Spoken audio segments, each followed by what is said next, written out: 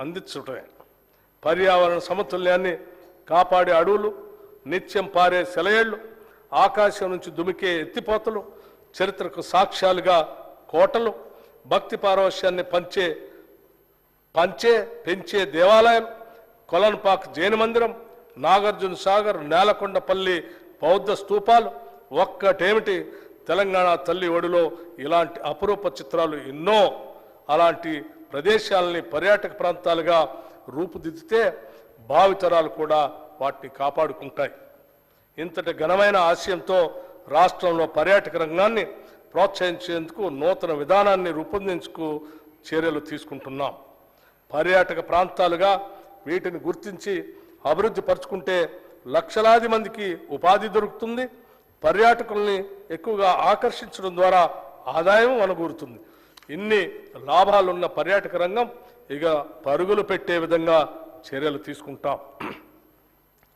రాష్ట్ర దేవాదాయ ధర్మాదాయ శాఖ సహకారంతో టెంపుల్ టూరిజం విధానాన్ని తీసుకొస్తాం. ఈ విధంగా రాష్ట్రంలో ఉన్న ప్రముఖ దేవాలయాలకి యాత్రికులు అధిక సంఖ్యలో వచ్చే విధంగా సౌకర్యాలు విస్తరిస్తాం. రాష్ట్రంలో వృధాగా ఉన్న పర్యాటక శాఖ ఆస్తుల్ని లాభసాటిగా మార్చేందుకు సత్వర చర్యలు తీసుకోవాలని కూడా నిర్ణయించాం.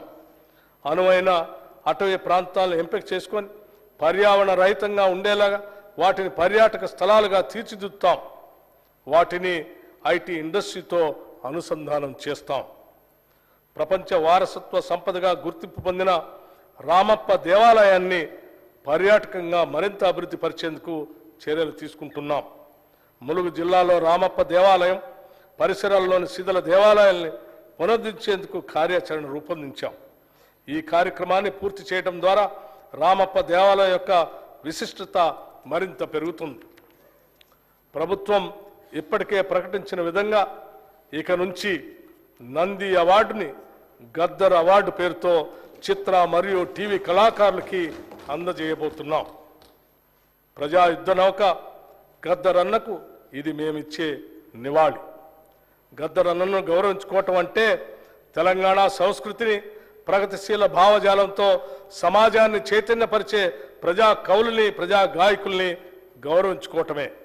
అందుకే ఇక నుంచి గద్దర్ అవార్డులు తెలంగాణ కళా